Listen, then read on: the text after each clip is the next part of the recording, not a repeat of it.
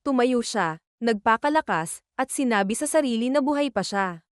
Doon niya nakita ang mapa. May pangalan ni Atori. Siya ang target. At sa isang pahina, nakasulat, "This time, I won't fail." Biglang dumating si Atori. Sabi niya, gusto siyang makita ni Asoto sa pool.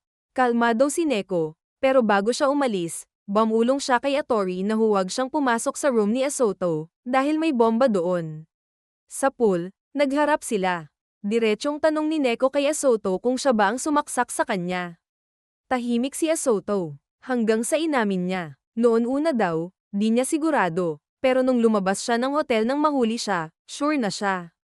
At hindi lang si Neko, pati 3 pang guest sa hotel, biktima niya. Kasama na rin si Atori. Siya rin daw ang pumatay dito. Sinabi pa niya na matagal na niyang inoobserbahan si Neko. Para sa kanya, laro lang ito.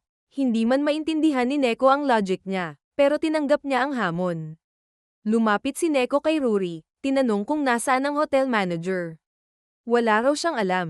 Pumunta siya sa front desk, kinausap si Atori. Inamin niya ang totoo, may nakita siyang something na mukhang bomba sa kwarto ni Asoto. Pinag-iisipan daw talaga sila nito. Nagtanong si Neko kung may past connection ba sila ni Asoto. Wala, sabi ni Atori, pero kilala niya ang magulang nito, regular guest sa hotel na dati niyang pinagtatrabahuhan. Mabait daw ang pamilya, pero never niyang na-meet si Asoto noon. Sa wakas, natagpuan niya ang hotel manager. Lasing sa opisina. Ginising niya ito, sinuntok pa. Tinanong niya na kung may pumatay ba sa hotel, mapupunta agad sa impyerno. Sagot ng manager, oo. Patay man o buhay ang biktima, basta pumatay, diretso agad sa impyerno.